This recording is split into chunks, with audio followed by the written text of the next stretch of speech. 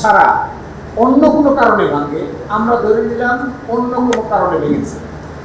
অন্য কোনো কারণে ভাঙলে নির্বাচন হওয়ার কথা ছিল 6 আগস্ট, ভেঙেছে 6 সেপ্টেম্বর, 6 অক্টোবর, 6 নভেম্বর, কিন্তু নির্বাচন তো হয়নি। তাহলে বোঝা গেল 123 অনুচ্ছেদে বর্তমান নির্বাচন অনুষ্ঠান করার ক্ষেত্রে সাহায্য করে কি জিনিস, এই সাহায্য করে না দেখে এই জুলাই জাতীয় সনদ বাস্তবায়ন আদেশের প্রয়োজন হয়েছে। আরো কয়েকটা জায়গায় কিন্তু সাহায্য করে নাই। 1 নম্বর সাহায্য করে নাই অ্যাটর্নি জেনারেলের নিয়োগ।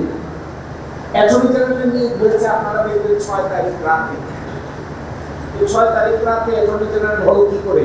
কারণ 6 তারিখ রাতে প্রাইম মিনিস্টার নাই, প্রেসিডেন্ট সরকার নাই, প্রেসিডেন্ট সাহেব তাকে নিয়োগ দিয়েছেন। ওনার নিয়োগটা দেখলে দেখবেন যে উনি যে প্রধানমন্ত্রীর অ্যাডভাইস পায় তাকে নিয়োগ দিয়েছেন। তাহলে আমাদের অ্যাটর্নি জেনারেল কিভাবে নিয়োগ হলো? দ্বিতীয় বড় প্রশ্ন, 6 তারিখে পার্লামেন্ট ভেঙে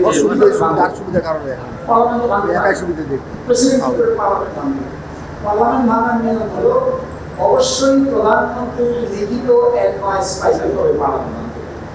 তো প্রধানমন্ত্রী তো নাই, লিখিত অ্যাডভাইস দিলে কে? পরবর্তী বড় প্রশ্ন যে অন্তর্বর্তীকালীন সরকারের কথা বলা হয়েছে, এটাও সংবিধানের কনসেপ্ট নাই। যে শপথটা নেওয়া হয়েছে এরকম কোন শপথই আপনারা সংবিধানে দেখতে পাবেন না। আগে যখন কেয়ারটেকার গভর্নমেন্টের কনসেপ্ট ছিল 15th অ্যামেন্ডমেন্টের আগে, তখন সংবিধানের পিছনে চিফ অ্যাডভাইজার এবং অ্যাডভাইজারের শপথ নামে একটা শিডিউল ছিল।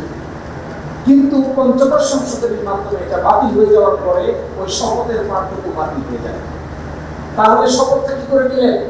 ওনারা বলছেন যে ধরে নেওয়া হচ্ছে আগে চিফ অ্যাডভাইজার যে শপথটা নিতেন ওই শপথটাকে এসিউম করে আমাদের ডক্টর প্রফেসর মোহাম্মদ ইউনূসকে ওই এসিউম শপথ দিয়েছেন। এসিউম শপথ অ্যাডভাইজারকে কিভাবে দিয়েছেন? এই প্রশ্নটা ওনারা বলছেন 106 অনুচ্ছেদ অনুযায়ী সুপ্রিম কোর্টকে জিজ্ঞাসা করেছেন, একটা মতামত নিয়েছেন, মতামত নিয়ে এই কাজ করেছেন। এই মতামতটা সুপ্রিম কোর্টে চ্যালেঞ্জ হয়েছে। একটা রিপিটিশন করেছিলেন senior advocate mister Mohsin Rashid.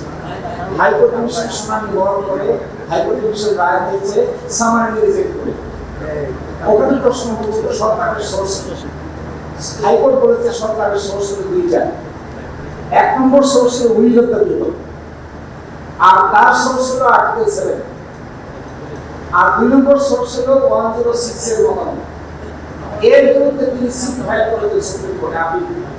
Supreme কোর্টে আপনি ডিসমিস করে দিয়েছেন। ডিসমিস করে দিয়ে বলেছে হাইকোর্ট যে কথা বলেছেন এটাই সত্য।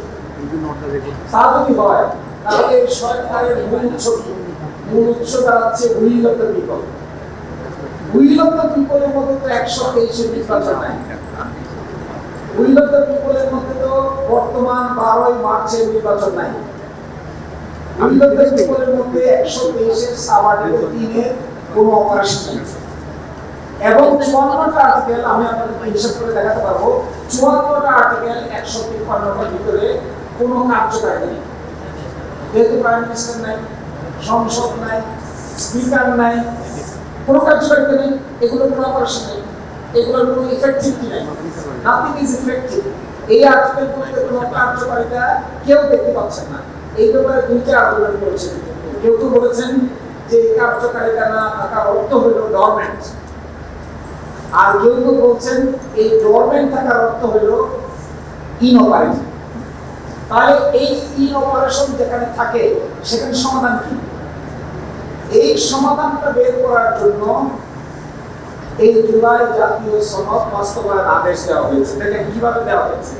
এর শুরুতেই বলা হয়েছে যেহেতু 2024 সালের জুলাই আগস্টে সংগঠিত ছাত্র জনতার সফল গণঅভ্যুত্থানের মাধ্যমে প্রকাশিত জনগণের সার্বভৌম ক্ষমতা ও অভিপ্রায়ের ভিত্তিতে এবং অন্তর্বর্তীকালীন সরকারের পরামর্শক্রমে রাষ্ট্রপতি এই আদেশ জারি করেন। তাহলে এই আদেশের ভিত্তিতে কি? জনগণের সার্বভৌম ক্ষমতা ও অভিপ্রায়ের ভিত্তি। আর আরেকটা কি এখন প্রশ্ন, সংবিধান কাজ করছে না, পার্লামেন্ট নাই, প্রাইম মিনিস্টার নাই, জনগণের সার্বভৌম ক্ষমতা আছে নাকি? এই একটা বিরাট প্রশ্ন। এই প্রশ্নের জবাব দিয়েছেন হলো আমাদের সুপ্রিম কোর্ট কেয়ারটেকার গভর্নমেন্টের রিভিউ এর মামলায় এই মাত্র এক সপ্তাহ আগে এটা প্রকাশিত হয়েছে। এখানে আমাদের সুপ্রিম কোর্টের চিফ জাস্টিস রেফাত আহমেদ সাহেব ব্যাখ্যা করেছেন যে আমরা এক সময় কেয়ারটেকার গভর্নমেন্টের সিদ্ধান্ত নিয়েছিলাম যেটা সংবিধানে ছিল না, যার প্রধান ছিলেন শাহাবুদ্দিন আহমেদ, কিন্তু ওই বিধিটা সংবিধানে ছিল না। এইভাবে শাহাবুদ্দিন আহমেদ প্রধান হইতে পারেন না।